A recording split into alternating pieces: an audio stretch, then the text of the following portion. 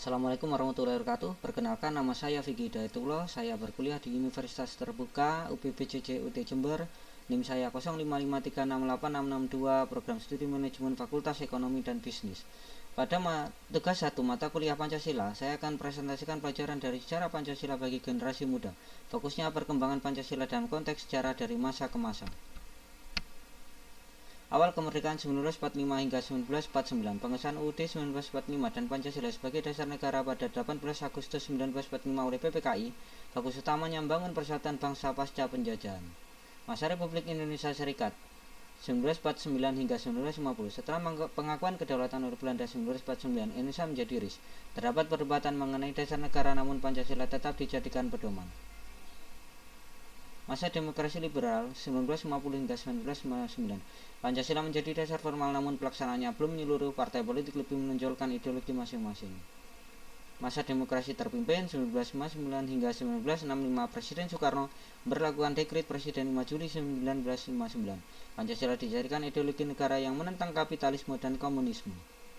Masa Orde Baru 1966 hingga 1998, Presiden Soeharto menegaskan Pancasila sebagai satu-satunya asas.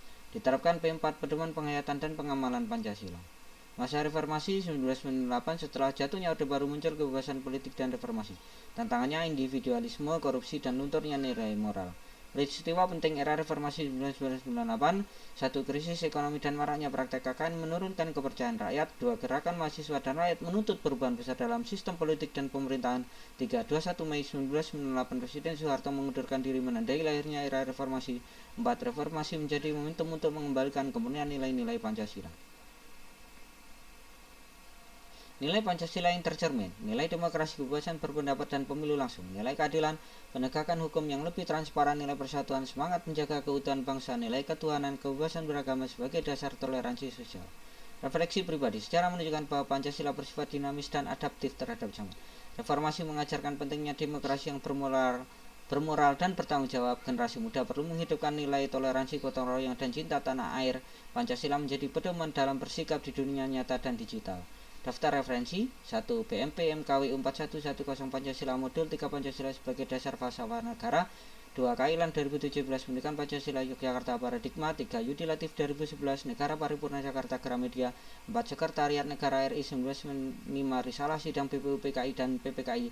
5. Kompas.com 2023 Refleksi 25 Tahun Reformasi Indonesia. 6. BPIP 2022 Pancasila dalam Dinamika Sejarah Bangsa. Baik, terima kasih dari saya. Apabila ada salah kata, saya mohon maaf sebesar-besarnya. Assalamualaikum warahmatullahi wabarakatuh.